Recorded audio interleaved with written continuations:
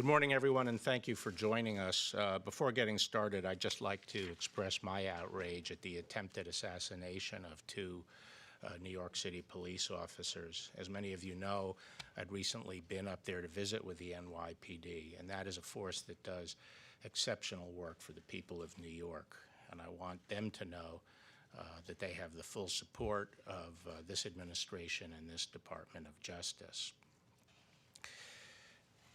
I'm here to announce the indictment of Chinese military hackers, specifically 4 members of the Chinese People's Liberation Army, for breaking into the computer systems of the credit reporting agency Equifax, and for stealing the sensitive personal information of nearly half of all American citizens, and also Equifax's hard-earned intellectual property.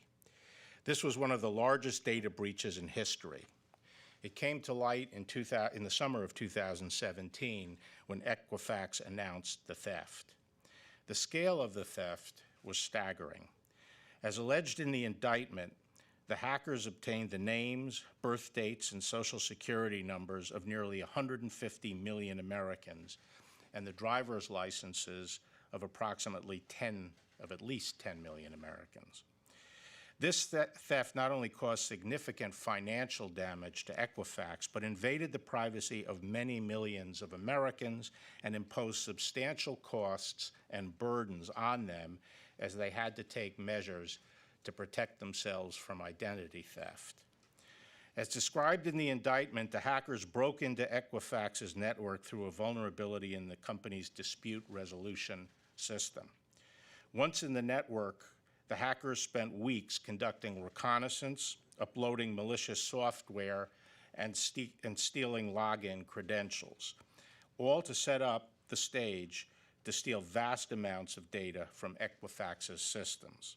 While doing this, the hackers also stole Equifax's trade secrets, embodied by the compiled data and complex database designs used to store personal information. Those trade secrets were the product of decades of investment and hard work by the company. Today's announcement comes after 2 years of investigation. According to the 9-count indictment handed down by the grand jury in Atlanta, 4 members of the Chinese People's Liberation Army are alleged to have conspired to hack Equifax's computer systems and commit economic espionage. This kind of attack on American industry is of a piece with other Chinese illegal acquisitions of sensitive personal data. For years, we have witnessed China's voracious appetite for the personal data of Americans, including the theft of personnel records from the Office of Personnel Management, the intrusion into Marriott hotels and Anthem health insurance companies, and now the wholesale theft of credit and other information from Equifax.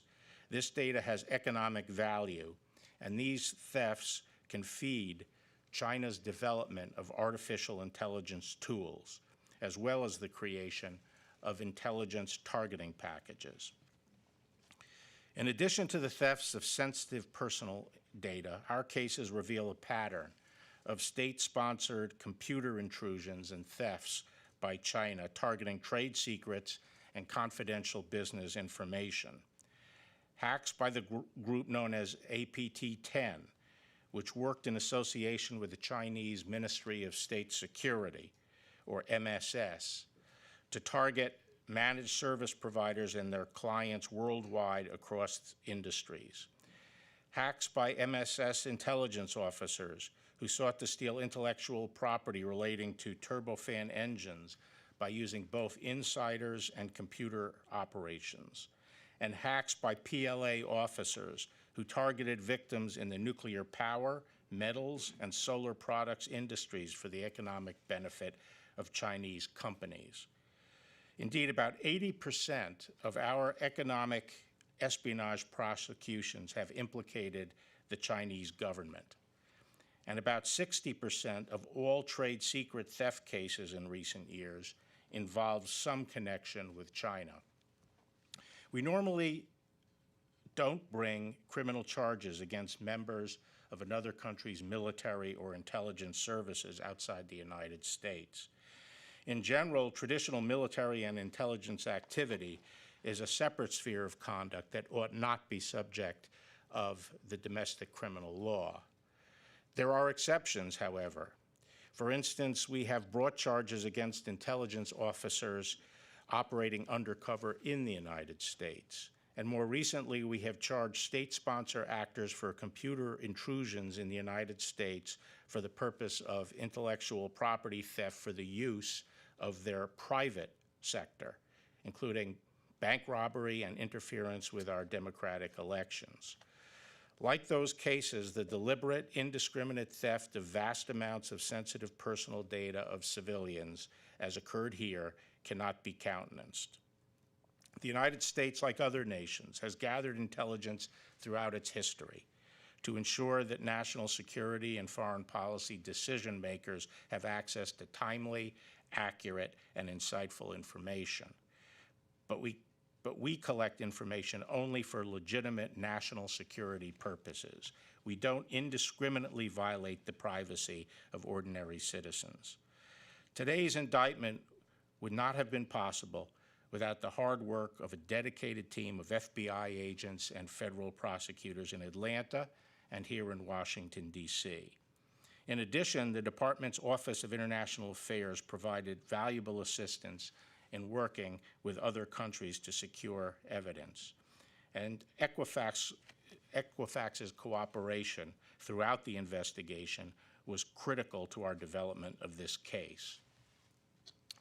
I'll take a question before turning the floor over to others. Pierre.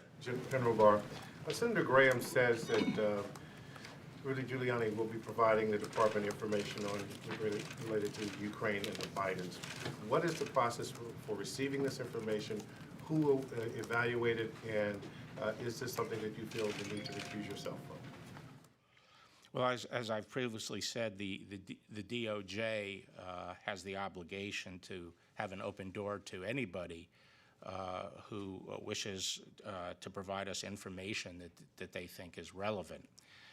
But as I did say to Senator Graham, we have to be very careful with respect to any information coming from the Ukraine. There are a lot of agendas in the Ukraine. There are a lot of cross currents, and we can't take anything we receive from the Ukraine at face value. And for that reason, we had established an intake process in the field so that any information coming in about Ukraine could be carefully scrutinized by the department and its intelligence community partners so that we could assess its provenance and its credibility. And that is true for all information that comes to the department relating to the Ukraine, including anything Mr. Giuliani might provide. Thank you. Now, let me introduce B.J. Park, the U.S. Attorney for Atlanta, who will take it from here. B.J.? Thank you, Attorney General Barr. I would like to commend the federal agents of the FBI and also the prosecutors in the Department of Justice for their great work in this matter. And I want to emphasize the valuable cooperation that Equifax has provided. They're the one that reported the intrusion to the law enforcement, and we took it from there, and they've been very, very helpful from throughout. I'll be happy to take any questions you may have. Can you categorize the scale of this theft in terms of prosecutions the Justice Department has brought related to China? Is this the largest theft DOJ is is alleging that Chinese military hackers have committed? Well, I'll refer back to the Attorney General's statement that it is one of the largest in terms of number of civilians information that's been hacked. In the overall picture, I'll defer to Assistant Attorney General Demers, who have a better picture about that. Sure, I could answer that. Sure. If you want. I guess it depends how you count, but in terms of the number of people's information who was stolen, it may very well be the biggest that we have. It's certainly, as the AG said, one of the biggest. Obviously, there's a lot of different ways to count that data. Question for And one more thing, I'm so sorry to interrupt. I believe we do have to do it. Yeah, Deputy take- Director. I was gonna say. I believe that you're, yeah. So we And then we could do can questions take after this. Yeah. All right. The Deputy Director has prepared some remarks. All right, no problem. Thank you. Thank you. At the FBI, we've been saying for years that China will do anything it can to replace the United States as the world's leading superpower. China is targeting our technology and our trade secrets, and has been for some time. We know that. But as the Attorney General noted previously, this indictment is about more than targeting just an American business. It's about the brazen theft of sensitive personal information of nearly 150 million Americans. This is the largest theft of sensitive PII by state-sponsored hackers ever recorded. This indictment is also a reminder that with their attacks on our economy, our cyber infrastructure, and our citizens, China is one of the most significant threats to our national security today. I'm proud of our field office in Atlanta, and you see their special agent in charge up here, Chris Hacker, as well as the U.S. Attorney, B.J. Pack from Atlanta. I'm proud of both our office and the U.S. Attorney's offices in Atlanta. These cases are tedious, they are technical, and they are difficult, and they take time. And the combination of those U.S. attorneys as well as the FBI agents that participated is a valiant effort to get through a case of this impact. SAC Chris Hacker up here would be the first to remind you that cases like this depend on the strength of our many partnerships. As I mentioned, Atlanta was supported certainly by our folks here in our cyber division and FBI headquarters, by the U.S. Attorney's Office in the Northern District of Georgia, as previously mentioned, by the Department of Justice here, and by many other law enforcement and intelligence community partners here at home and in nearly 20 countries throughout the world. We're thankful for this invaluable assistance they provided along the way. We also want to thank Equifax for their close collaboration with us throughout this process. I cannot overstate the importance of the victim company working closely with us after an intrusion like this.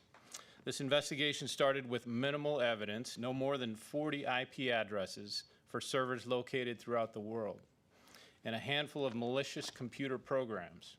The hackers tried to hide the origin and the location of the internet traffic by using servers around the world to infiltrate Equifax's network.